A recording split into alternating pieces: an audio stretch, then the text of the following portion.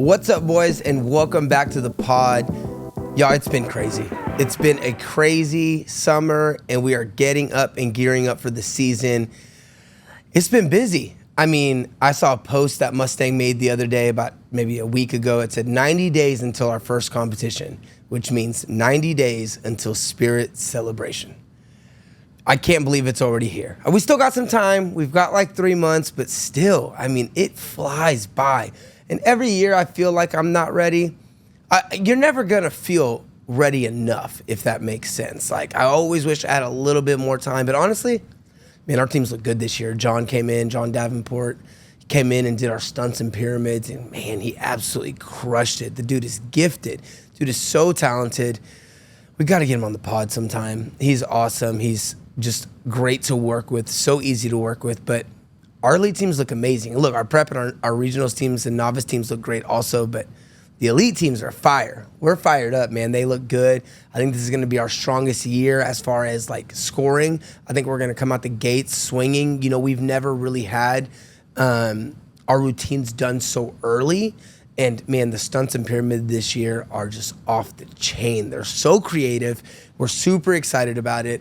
So we're pumped, but miss you guys. Feel like I haven't done a pod in a while. I'm trying to be more consistent, whether I have a guest or not. This week I did a little like swipe up question thing on my Instagram, trying to get some feedback and some questions from moms or athletes and stuff, just to talk about it. Because sometimes I feel like if I don't have a guest to interview or like a really big topic to talk about, I don't film the big pod. But we're gonna try this out. I think it's gonna be good.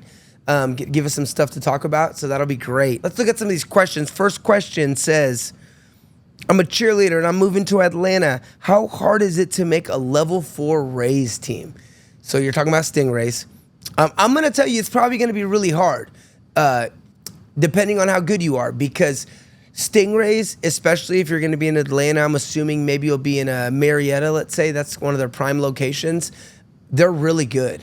Stingrays has always been known to be super clean, super just well-rounded, where it looks like a lot of their athletes really are in a lot of the sections. So if you're trying out for one of the level 4 teams, I would say that you're probably going to have to be on point. You're going to really want to have that back walkover, back tuck, the one to tuck, your running layouts, your specialty passes. I mean, look, I think like any program, I think they might be one of the gyms where like, you know, they need a really good back spot, and maybe the tumbling isn't like, you don't got to have it all, but you know what I mean? Because you're such a pillar as a back spot and so strong, or like a really, really good flyer, and maybe they just happen to need that flyer.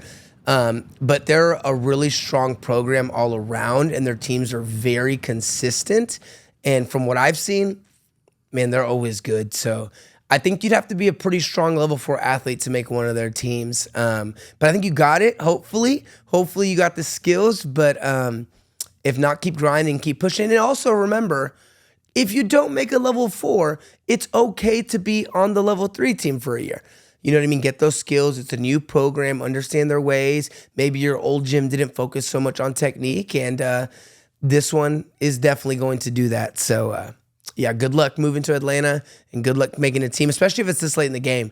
Because if you're moving right now, then you're just going to have to get in where you fit in, because they done made their teams. But I'm sure they got a couple open spots. You know, maybe some people got injured or left or whatever. But yeah, good luck. Good luck with that. It's a good question. How are stunt groups made? I like that. Ava said, how are stunt groups made? So for us, I look at it this way. You make your stunt groups based off your flyers. We always pick our flyers first, because we can only put up so many stunts based on how many flyers we have that are able to do the body positions and the elites and all that stuff. But then after that, you pick your back spot. So this is how we do it. I don't know how you do it. Comment if you do it differently. We pick our flyers first that have all the skills and can contribute to the rest of the routine, jumps, tumbling, things like that. Then we pick our back spots, right? The people that are going to hold the stunt in the air, that also have the skills. Then we pick our bases and our other base, and we try to make sure that they all have the skills. They all are qualified for level 3. Let's say it's a level 3 team. Then we move on to the next group. Then when we get to the last groups, let's say we have a flyer that has the skills. We have a back spot. We have a base, but nobody else another base really has the skills. We look at a lower level, like a level 2, someone maybe that didn't do all of the skills, and see if maybe we can bring them up and they can hang on the team.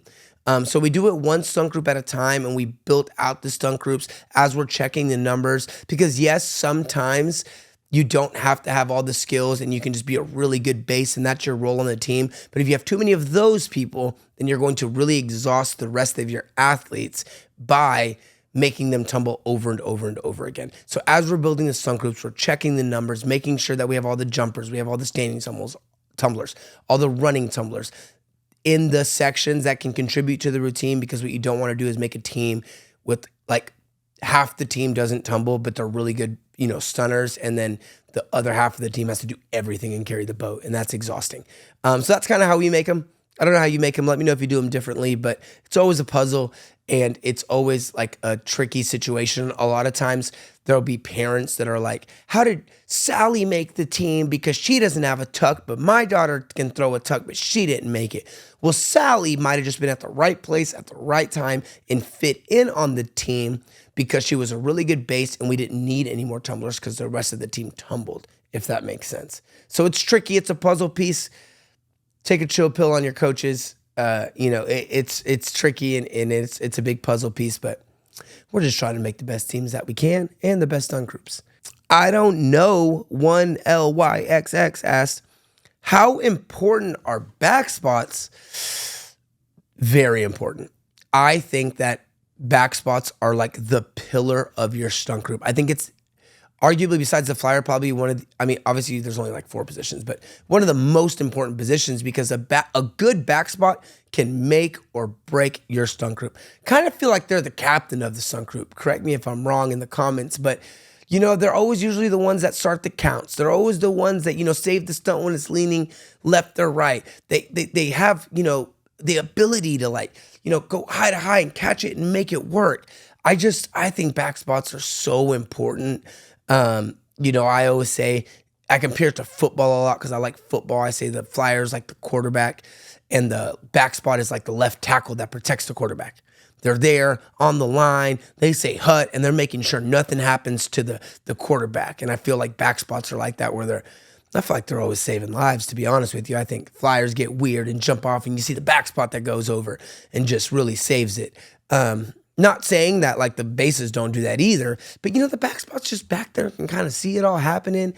I honestly think it's extremely important, and we pick our flyers first and then we pick our backspots, and that's how we make stunt groups. So yeah. Katie asked, that's an interesting question. She said, how to become a world's team in the path to worlds versus summit. So let me answer your first question. How to become a world's team. That's something at Mustang that we don't have a world's team yet. We've only been doing this for like 5 or 6 years competitively, and we're building up towards a world's team, obviously. I think the path to building a world's team, again, our path, the way I kind of see it, is you have to be able to be competitive in the lower levels. If you're level 2s and 3s and 4s, or you're restricted, it's not restricted 5 anymore. Ooh, I'm old. And your level 5 is not good, how are you going to make a world's teams? I think I see a lot of these gyms that don't have great level 3s, don't have great level 4s, never really had a great level 5, and they're like, let's make a world's team and let's score an 86 and just like fall all over the place. And it's low-key dangerous. I just don't think that's the path for me, for our program, where we try to make sure that we're really competitive from our mini 1 all the way to our senior 5, our novice teams and our prep teams. I think that if you're trying to build a world's team in your program, personally, that making sure you're level 2s, 3s, 4s, and then you have a level 5 that's really solid for a few years, then you make a world's team with the athletes that can do it. It's tricky and it's hard because if you don't have a world's team, sometimes you lose those athletes to other gyms. So you have to find the right time to do it with the right group of kids and the right coaching staff. But I think that making sure that your lower levels are really good is a really good start, because if not, no one's going to want to be a part of your world's team, and it's probably not going to be really good if your lower levels are really bad. That's just my 2 cents. I don't know. That's what I would do. And then the path to worlds versus summit, low key just making sure that your teams are really good. I think building proper teams as you're gearing up for Summit. I think one thing that we got really bad about is we always focus so much on NCAA that when you think about it, you start competing in, September, October, November. You've got like 6 months until Summit. Is it 6 months? Yeah, like 6 months until Summit. So that's a really long time for kids to really develop and get better. So I think as coaches, we have to just slow down a little bit, take a deep breath, and keep focusing on the execution, cleaning the routine, making the adjustments, upgrading it, changing choreography, fixing the dance, getting your score up higher.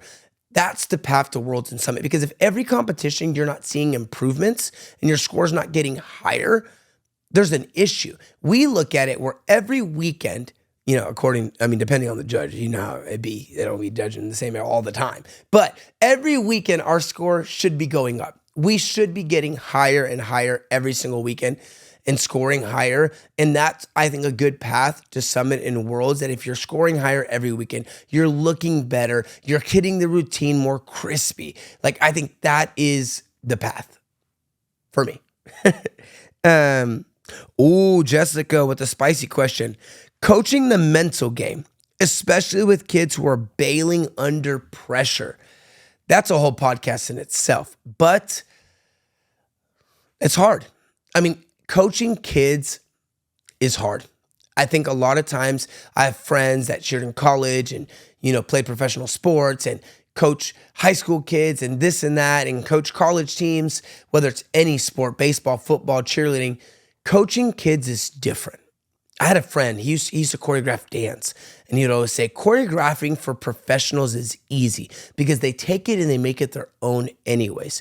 Choreographing for kids is really hard because they don't get it. They aren't going to take what you give them and make it their own.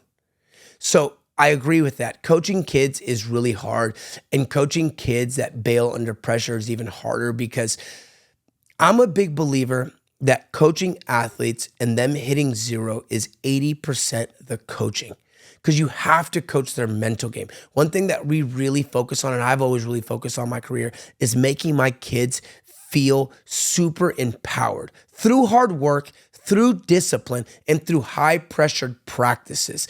I think that at practice, you have to create that pressure. You have to have people come cheer for them. You have to hold them accountable. You have to have the circle up in the talk after every routine being like, hey, what went wrong? Why are we making this mistake? How do we make it better? I think that's a really good example with like Mavericks. They're our youth 3. They're like 10 years old, and putting that pressure on them in practice, getting them to understand that you're going to go out there and you're going to do a new routine, because most of them are new, in front of your friends and your family and a lot of people. And it can seem scary, but it's going to be okay. If you can put that pressure on them in practice, hold them accountable, talk about it. We do the clipboarding routines where after every routine we come in and we talk about it. So there's already pressure because they're like, ooh, I don't want to be called out. We bring friends over to come cheer. We bring classes over to come cheer. If their parents are in the gym, I'll bring their parents over to come watch, to start creating that little pressure and environment in the gym. When I shared at Spirit of Texas, they did a really good job about that, because all the level 5s practice at the same time, and they would all come cheer for you. I was already old. I was like 25 years old, and they would be like it was level 5 then, but it was actually level 6. I'm old. But they would all come and cheer for you. So there'd be like 150 people cheering for me, and I didn't know them. So I would get like competition anxiety, because I was like, oh my gosh, like, look at all these people I'm about to do my routine in front of. But it was great, because then when we got to the competition, we worked so hard. We had already put this pressure on ourselves. I remember my coach Brett one time looking me dead in the eyes backstage, because he could tell I was nervous. And he said, you have nothing to be nervous about. He goes, we have done this routine so many times and you are so prepared. So any nerves that you have is just because you're excited, but there is no fear here. You know how to do this. And he was so right. And in that moment, I remembered being like, oh, we're so trained for this. We're so prepared. We've hit so many zeros. He told us, you've hit like 25 zeros this week. What's one more? And he was so right. So when I coach my teams, I just really focus on making sure that they are prepared so well that pressure goes away. And look, you're still going to have it. We have kids that still get stressed out, but we'll adjust their routine if we have to. We try to identify what part is really stressing you out so we can adjust it. But that's how we handle it. Like, ooh, that got me fired up, boy. I was ready to do a full out. All right. Yeah, I miss cheerleading. I miss being on a team. It was really awesome. It was good times. Let's see. Mason says, tips on being tighter in the air. I don't know if you're talking about flying and or tumbling, but I think both things apply to both. I think you just got to squeeze. I think you've got to focus not only on squeezing like your toes or your legs or your butt, but squeezing your core. Like, when you lay on the ground and you do a hollow hold, just like keeping everything tight and in. There's a lot of drills you can do for that to really help you improve that. And I know a lot of these tumbling gurus out there like Roman Polachinko and all them and Jimbo, they got a lot of drills online for that. You can look at their Instagrams, post Roman's Instagram. He's got a million drills. But you want to stay tight. You want to squeeze that core, but you also don't want to be, I tell this to our kids a lot, and especially in flying, you don't want to like flex out. You don't want to be so tight that you're like shaking and like freaking out. I mean, you want to be relaxed. Like, this is tight, right? I'm tight right now. This, I don't know if you can tell, but this is crazy. You know what I mean? You don't want to be that tight because then it gets wild. So just kind of squeeze your core. Think about every muscle in your body. Thinking about pulling up on your knee and a lib. Just the little details like that. But check out Roman's page. He's got a bunch of good stuff. This is good. I want to interview somebody about this. So if you got somebody I can put on here that's really knowledgeable about this, I'd love to know. Maddie Page said the Pro League of Cheer. I'm really interested in this, guys. Not because I want to do it. They didn't call me to recruit me, which they probably should have. I'm just kidding. It's interesting. Look, I support anything that is progressing our industry, and I support anything that's a good look for our industry, and I support our industry growing and becoming more notable, if that makes sense. I'm interested on how it's going to work out. I don't personally haven't talked to anybody that's doing it yet. I know I got some coworkers that are really talented that do Team USA. I might ask them about them. Maddie, she's like 50-time USA champion. I could see her doing it because she's so talented. But I think it's cool. They say it's really like the owners of Cheer Athletics and Top Gun and California All-Stars and Stingrays. Am I missing any, Adriana? California All-Stars also. They're like the owners and their coaches are like the managers. So I've seen it's like really just those gyms versus each other, but not really because they're opening the door to like athletes from other places. Like I work at Mustang and I could do it if I could do it. I just can't flip anymore. I did like 3 standing backs the other day. I'm like injured from it. But I do think that I think it's going to be good. I heard they're getting paid.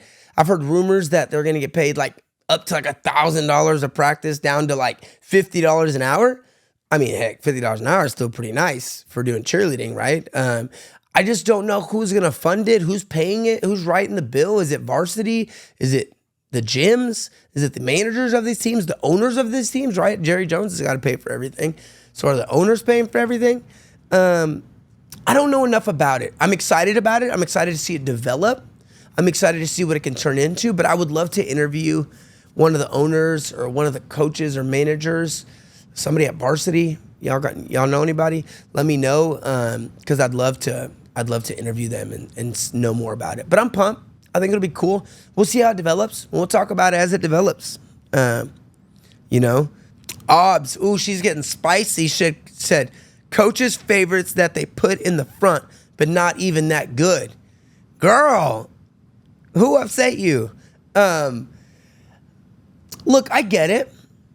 In coaching, we're human. There's always going to be favorites, right? They're always going to have coaches that are closer to families and do private lessons with kids, and sometimes you feel like there's that favoritism. We don't do that at Mustang. I'm just kidding. But I do think there's another thing too. A lot of times people say coaches have favorites. Everybody has favorites. People like people that work hard. People like people that are respectful. People like people that listen. People like people that are really into whatever they're coaching and what they're doing. So those kids tend to be the favorite. But really, they're just really good athletes. They're not necessarily favorite kids. They're just well-liked because they're good athletes. I think what you're talking about is maybe some of these, I don't want to overspeak, maybe some of these smaller gyms where like the owner coaches the team, does the classes, and does everything, and maybe like their best friend's daughter's on the team, and she's always getting put in the front because she doesn't really have the skills, but they're like his best friend's daughter. That's different. I know sometimes people will be like, Sally's mom complained, and now she made the team. Yes and no. You know, cheerleading, we always want to make sure that we're doing right by the families. We want people to enjoy it. We want people to have a good time. And when parents stand up for their kids, I don't look at it as complaints, as valid concerns of like, man, she's not in any of the sections. She's in the back of the dance. She does this or that. Can we get her a highlighted part? Like, I get that. I mean, and we try to. We want to make sure that everybody has a routine that they can enjoy, that they can be in sections and, really feel like they're a part of the routine. So sometimes we make adjustments to try to make sure that kids, concerns are valid and that they're enjoying it. But no, I mean, we don't really do a lot of the favorite thing and just put them there for no reason. There's always a reason. I always tell the families they can always question our cheerleading because there's a reason that we do the things that we do. If that's happening at your gym and it's obvious, maybe switch. I don't know. You know what I mean? But it's hard. It's hard. I get it. Olivia, fear/mental blocks. Well, fear doesn't live here, first of all. I'm just kidding. It does. It's real. Mental blocks, I get it. I am not the best mental block guru. I'll be honest with you. I don't understand them very well. I've never really had a mental block. The closest thing to a mental block is when I tried double backs when I was younger, I'd always land on my head into like a foam pit or anything just because I kept opening up. And it really kind of scared me. So I just decided not to do them anymore. But I wasn't properly trained and I didn't really understand it because I wasn't a gymnast. We were just chunking them. So that probably had a lot to do with it. But if you have a mental block on like your tuck or your back handsprings, any kid that I've ever worked with that's been like, I have a mental block and now I don't. Ask them why they don't have a mental block anymore. They usually say, I just decided to do it. Like, what made you what made you do it again? They're like, I just did it. So I know that there's a lot of really good coaches out there and like people that are probably more educated in this space that really can dive deep into why it is that you're scared. I do think personally, when I work with kids that have mental blocks, my number one question is, what are you scared of? What is it that's making you nervous? And once we identify that, we try to work through it as far as like, I'm just scared of my back hamstring. I feel like I'm going to fall on my head. So my goal is always to try to get them to do it somewhere by themselves. That's usually my goal. And then we kind of build up the confidence from there. But, there's a lot of good people out there. What's that guy's name? Jeff? Adriana, is it Jeff, the mental block guy? Oh, maybe. I know Debbie Love has left stuff. Debbie Love is great. I think it's Jeff Benson. I think he has a book about it. Throw his book up if he does. There's some people that are really versed in that. It's just not something that like I'm the best at, I would say. I can hype you up. I can motivate you. I can get you through it. And we can try to, get hyped up. But when there's some people that I've seen some really serious cases where kids really can't flip, you're going to need an expert. And that's like someone like Jeff and those kind of guys, because they really are good at that. And they can really dive deep into those situations. Sorry if I'm not much help with that. Avea says, what's your favorite thing about being a coach? Oh, that list could go on forever, man. This is all I've ever done. I mean, I've been coaching since I was like 16 years old. I've never really had another job. I would do other stuff, obviously, but this has been my passion. I think my favorite thing about being a coach is the ability to motivate others. I remember being an athlete and having my coaches and getting skills and how great that made me feel. And I think I just wanted to be able to do that for other people. I think I love the journey. I love being able to do something for a living that's more than just about you. I love the journey. I love taking kids from no tumbling to a lot of tumbling, kids that come in with good back hamstrings so they want to get their tuck, and then you get their tuck and it's like this celebration of life that they just got their tuck. I love the highs and the lows of the competition season. I love starting off with your team, losing, winning, losing, winning, losing again, losing some more, and then winning again. I just love that thrill of the journey. I love the families. I love the coaching partners and the connections that you're able to make. I love just the family atmosphere it creates, and I love just being a part of something that's bigger than me. I don't see a world where I could just not coach. As I get older, I'm like, maybe I'll just focus more on admin. Maybe I'll just focus more on helping run Mustang. But I just can't get off the floor, and I don't see a world where I just don't coach teams because I love it so much. I mean, being able to wake up every day and do exactly what you love is such a blessing. Being able to go somewhere. I always tell people this. Let's say you're having a bad day. You have those bad days when you wake up and nothing feels right, or something bad happened in your life and someone's sick, or, just, I don't know. You're just having one of those rough days where you just don't feel good about yourself. And then you get to go to the gym. And you get to walk into a place where everybody loves you, where the families and the kids and your coaching partners are so excited to see you, and you get to coach cheerleading and you get to teach them and lead them, and it's just beautiful. I remember a long time ago, it's a little dark, but like my grandma had passed and I was really sad. And I remember I was at the viewing and I was like, man, I'm sad. This is whack. Like, I'm leaving and I'm going to open gym. And I did. I left and I went to open gym and I was just so much happier. You know what I mean? Because I was in a place where people just loved you. And, the world is hard. It's a hard world. And, I have friends that work these hard 9 to 5 and then they go home and their wife's just yelling at them and the kids are crying. And it's a different life, man. And I think that for us, we are able to wake up and drive to a place where people really are excited to see you. And that's such a blessing. I mean, I think that's my favorite thing, Good question from Eva. How do you get better at basing? Well, at Mustang, we have basing classes. I think other gyms offer that also. Obviously, being on a team really helps with that. I know Woodlands used to do like these little all-star class type team things where you'd come in and practice like a team, but it was really like a class. We do those too. It's called like all-star experience. That's a really good way to do it if your gym has something like that. If not, open gym, bringing in the homies, bringing in your friends, bringing in a little stunt group, working on that if you're experienced, but there's probably coaches there to help you. I think that's a really good way. I think if you're on a team already and you can bring in your stunt group at open gym and want to work like higher level stuff, I think that's really cool too. But really just getting in the reps, I think it's something that you gotta really make sure that you're repping out and practicing it, but there's no other way to get better but than actually doing it. So any of those options I think would be good. Okay, Danica says, do you have any kids on teams that are around the same age, and is it more beneficial than a big age gap? That's a good question, especially right now with a lot of these flex divisions and a lot of stuff that's going on with that.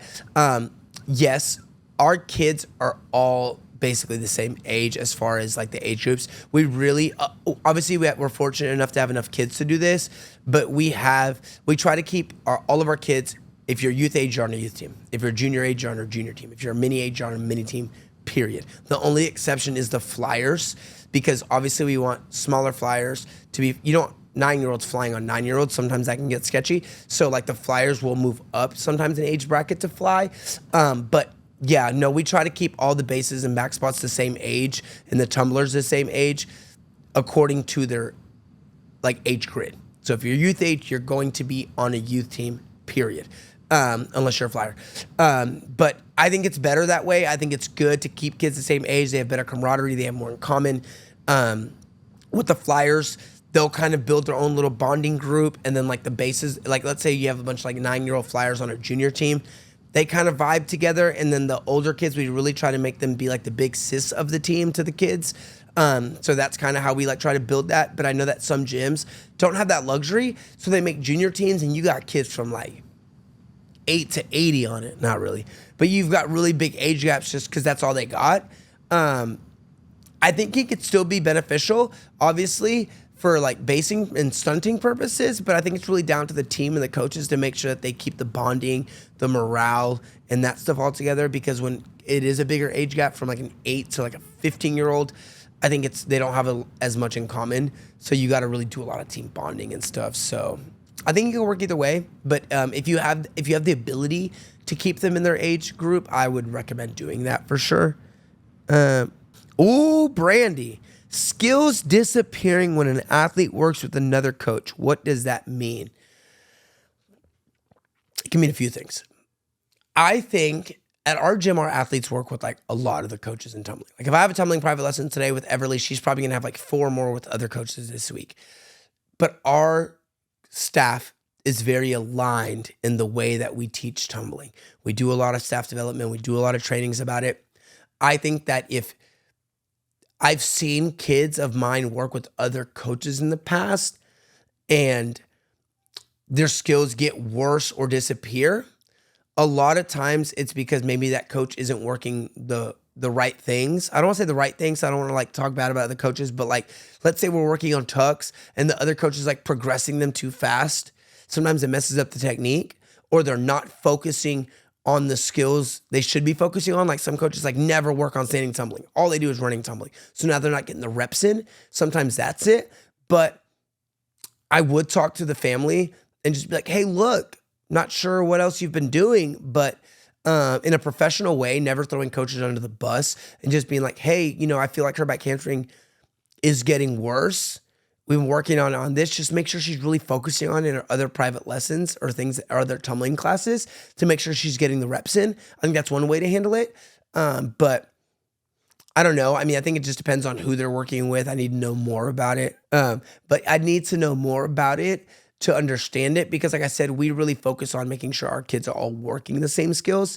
But like kids I don't work with in privates and they're on teams and their skills are struggling, I just tell the parents like, hey, make sure whoever she's working with on her tumbling, that she focuses on these things, because it's not getting better. If not, it's getting worse.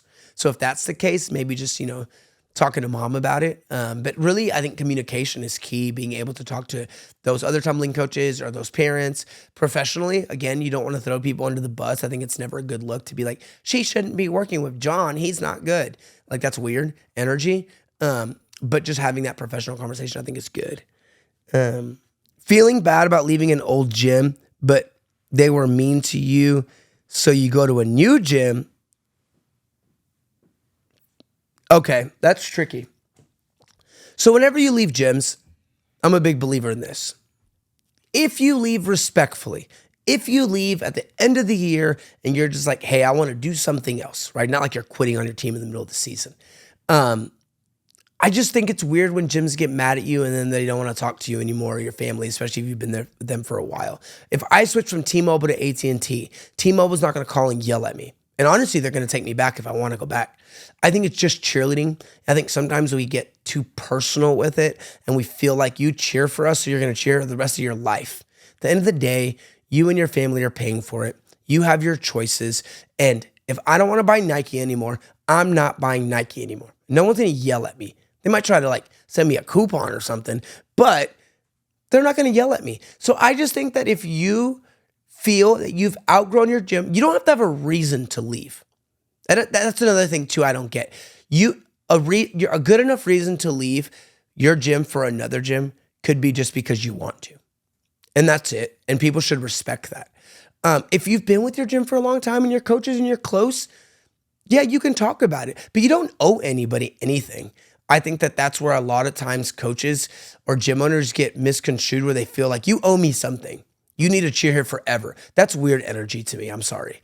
I think that if you want to switch gyms and you've made your commitment for the whole season and it's tryout time and you want to go somewhere else, go. It's your life. It's your money and it's your family's decision. You don't owe anybody an explanation. So that's how I feel about it. Might not be a popular opinion. Obviously, if you quit, that's different. And if you're like, I'm done, I'm leaving. Yeah. In the middle of the season or something, like that's sketchy. But if you're leaving respectfully at the end of the year, girl, good luck. That's how I see it. I mean, so I don't know.